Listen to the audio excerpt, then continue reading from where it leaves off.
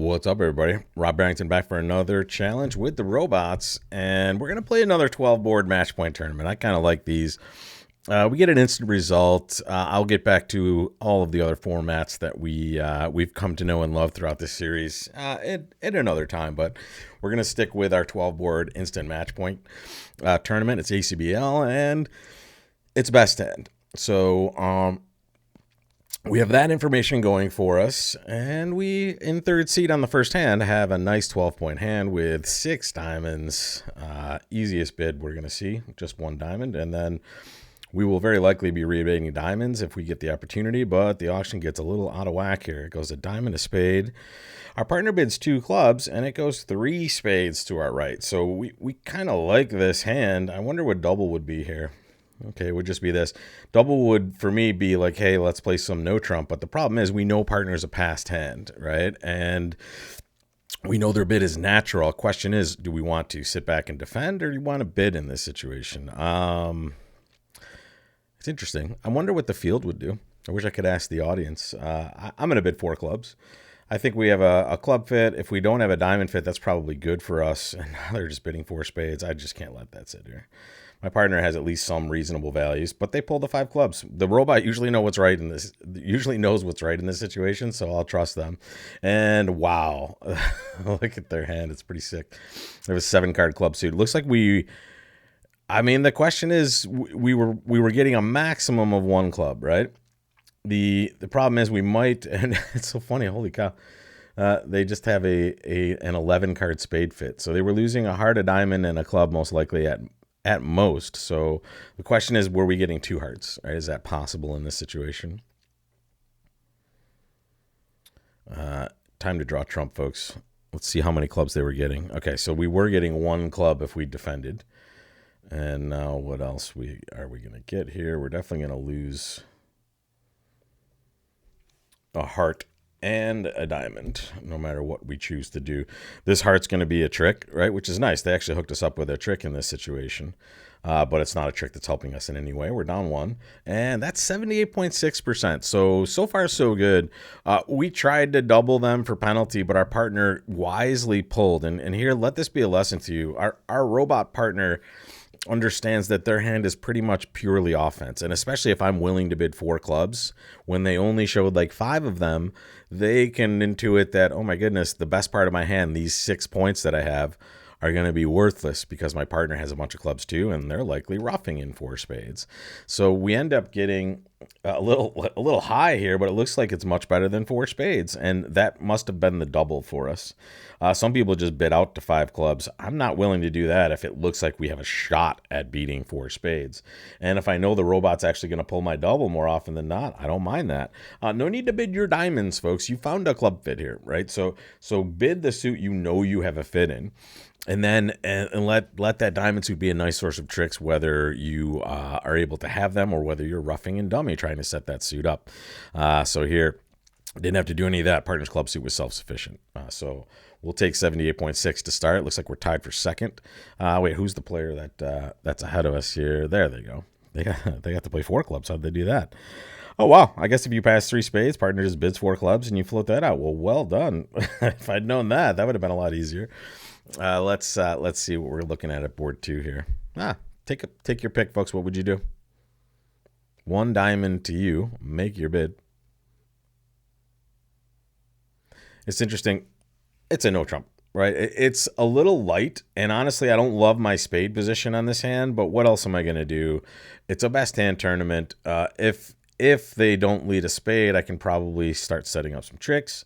Even if they do lead a spade, I may still be able to do some stuff. Here, we kind of can intuit the position in diamonds. King Jack is likely to our right. The good thing is we have 2 stoppers always. We ended up having a heart fit on this hand, unfortunately, but there's no way we're going to find it. We can't double with our hand. If someone did, they did well there to double, but you only have 2 spades, folks. So we're setting up clubs. Interesting. Looks like clubs are breaking badly, but that's not a big deal for us. Here we go. So, okay, they're getting their spades going. That's smart for them. All right, so now we're just going to play a heart to the queen. Going to play a heart back to our jack. What we're looking for is a club pitch, really. We want left-hand opponent to pitch a club. We know they have 10-4. because there's no way our right-hand opponent's going to fly up with the king when we lead low from the dummy, right? They're going to play second-hand low, so that's how we know what's going on in clubs. The question is, can we work out any sort of end play here? Probably not with the spades being good. What did right-hand opponent open? I mean, the spades rate to be 4-4, so if they take 3 spades, I can take 8 tricks right now, right? All I need to do is play the jack of clubs. Boom, there's 8 tricks. However, I might be able to take a 9th if I can set up diamonds, but will that be the case? Am I going to be able to pitch? Let's go for it. Let's go for some extra try. We're playing match points, so we're going for a little extra.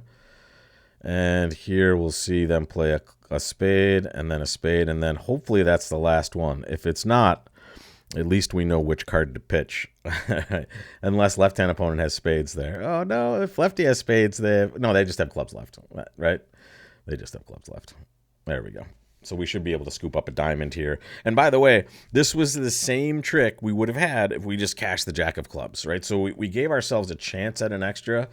We didn't get there, but we ended up not taking a massive amount of risk. Only 50% here. Let's see if we drop placement-wise. We were second, 6th. Now we're third, 6th, so one person passed us. It feels like it was a normal result, except there's some people in 3 hearts, and that, okay. Well, there you go, when you double. Okay, double's terrible, folks. You cannot be doubling. Let's see how this player got to make this thing. They had a diamond lead also. There's the ace. Heart to the queen. So they just played hearts, and then there's the spade return. Here's the heart.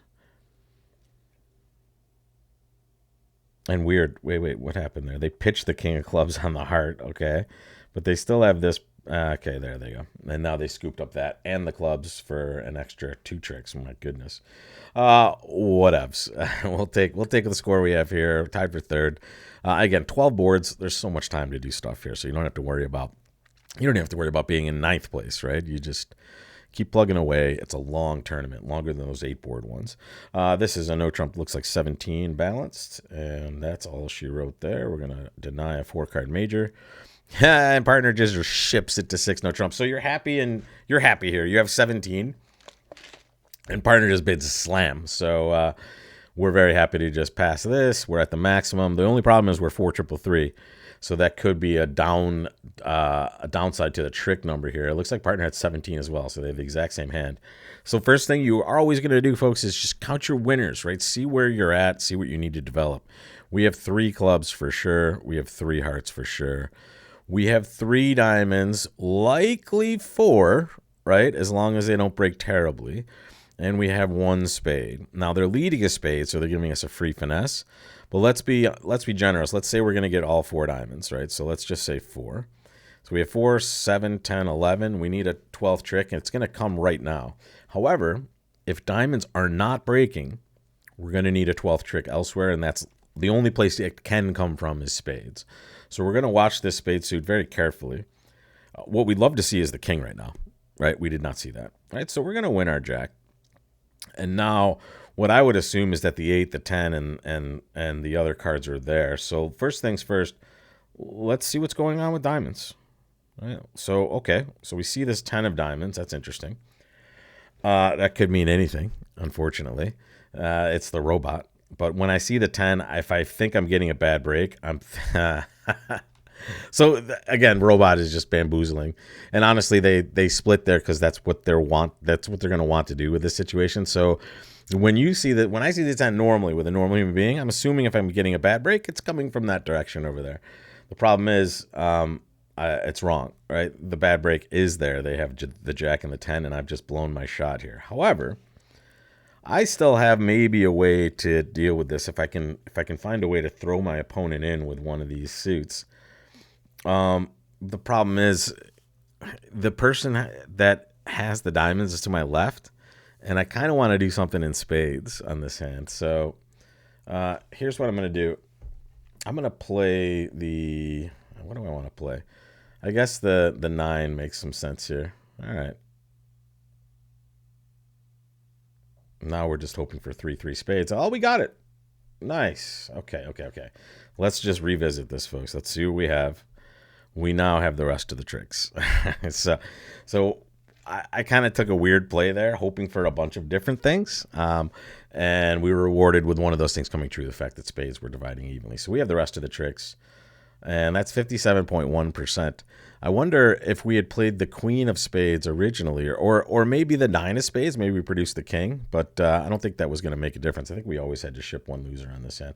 Oh, here's the 10-20s. Let's see who these people are, if we recognize their names. They looked unfamiliar at this point. Well, let's see what happened. They played the 7. Did we play the 7 also, by the way? Did we win the first trick in dummy and I just didn't recognize it? No, we played the 5. Okay, so the 7...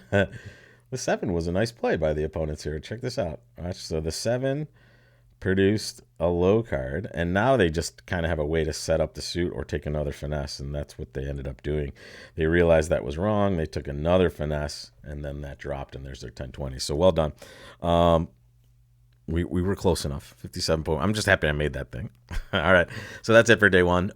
We'll be back for day 2 and 3 and 4 for the rest of the week. This next one's going to be interesting. Let's see what we do. Not in a bad spot, right? 61.9. We'll take it. 4th place. Lots of work to do. 9 boards left. I'll see you for them.